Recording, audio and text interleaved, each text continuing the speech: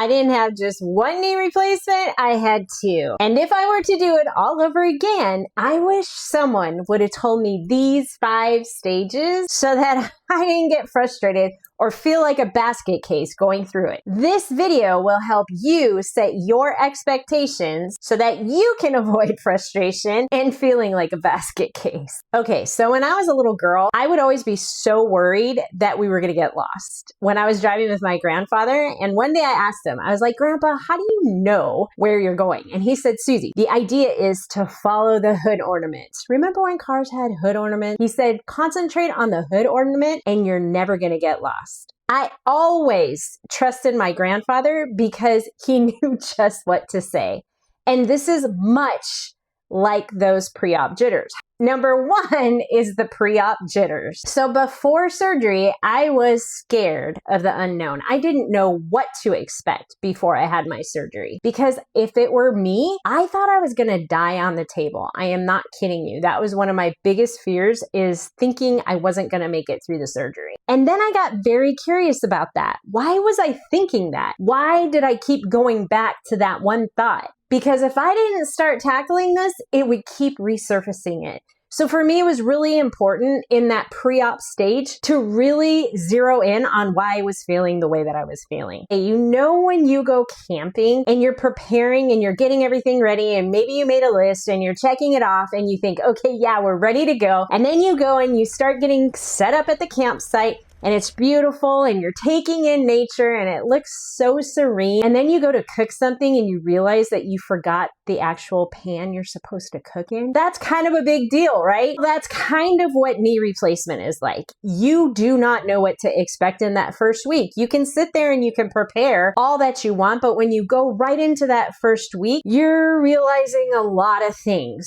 And you don't really know until you get there that you really do have to figure everything out again. You have to learn what this new elevated place is that you're in. You basically need to refigure everything out. You need to figure out the bathroom situation. How are you going to get there in time? And how are you going to sit down once you get there? You need to figure out the shower. That was a big one for me. How was I going to get in? And my walker went in with me. And then my husband took it so that it wouldn't get wet. When you start playing these out, you can actually start the path towards healing when you help yourself figure this out. It's not just the shower. You actually have to figure out how you're going to walk with a walker. That was the biggest thing for me, is like, well, nobody even showed me how to walk with this walker properly. And then there's the ice machine. I didn't use an ice machine. I literally used 2 gel packs, one on the top and one on the bottom. And then I had 2 in the freezer at all times. The ice machine is another thing to maneuver if you're choosing to use the ice machine. Now, because I'm telling you that I didn't use the ice machine, I suggest that you grab my free ebook, because it's so important to narrow in on what you need, not what your neighbor needed or not what your friend needed, but what you need. And you're the only one that knows what you do in the restroom. If you're going to need that toilet riser, that didn't serve me. And I had a whole video on that in my ebook. So go ahead and grab that. It's in the description below. Now, my next point is going to do you a lot of good if you understand Groundhog's Day. You know that movie with Bill Murray? That one where he just kept living the same day over and over and over again? This is what I was finding myself running into month 1 to month 2, somewhere between week 4 and week 8. It just seemed to be that the same day was repeating over and over and over again. And it was because I would make progress one day and the next day feel like I was right back at the beginning.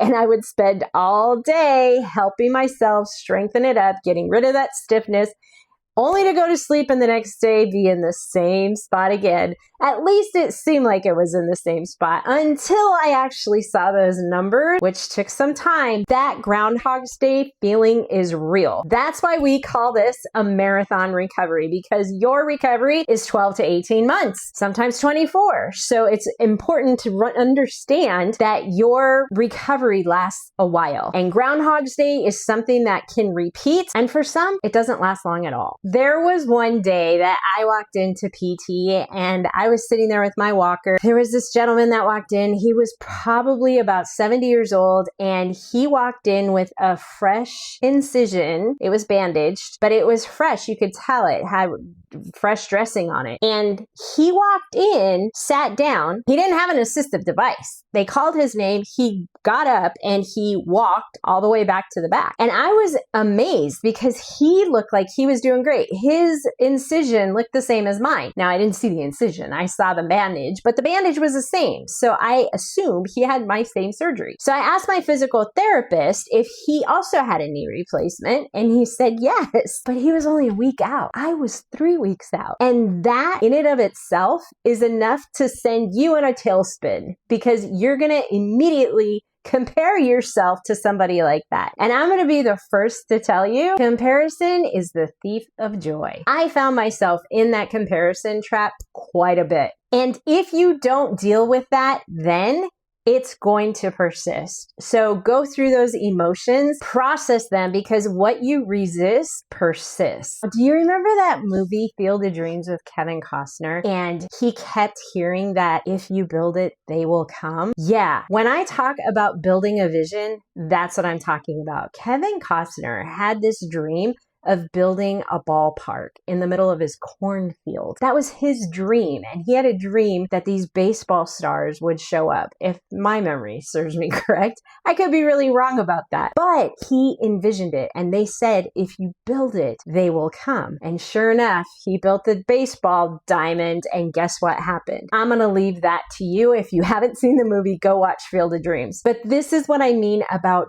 building a vision. Before I had my first knee replacement, my then boyfriend proposed to me, and we had been together for 20 years, and he finally proposed to me. And I had visions of what I wanted my wedding to be. Before my knee was replaced, I knew I was going to be wearing 3-inch heels on my wedding day. I planted that vision, and I just dreamed what that dress was going to look like. I dreamed about that day. I put the day together. I put the emotions that I would have on that day into my vision. And this is what I'm asking you to do. If you are in a knee replacement recovery, or you haven't had a knee replacement, what I'm asking you to do is build the vision. When you build the vision, it will come. Just like the baseball players came for Kevin Costner's diamond. If you build it, they will come. Now, I do have to tell you, when I did get married, I did wear those 3.5-inch heels for 10 hours on my wedding day. And I had already had my left knee and my right hip replaced. That was before I had my right knee replaced. Incidentally, that's what let me know that I needed that right knee replacement. But now that you know my adventure, my story, the next thing to learn is the timeline. What does it look like? I mentioned it a little bit in this video, but I'm gonna break it all down in this video right here.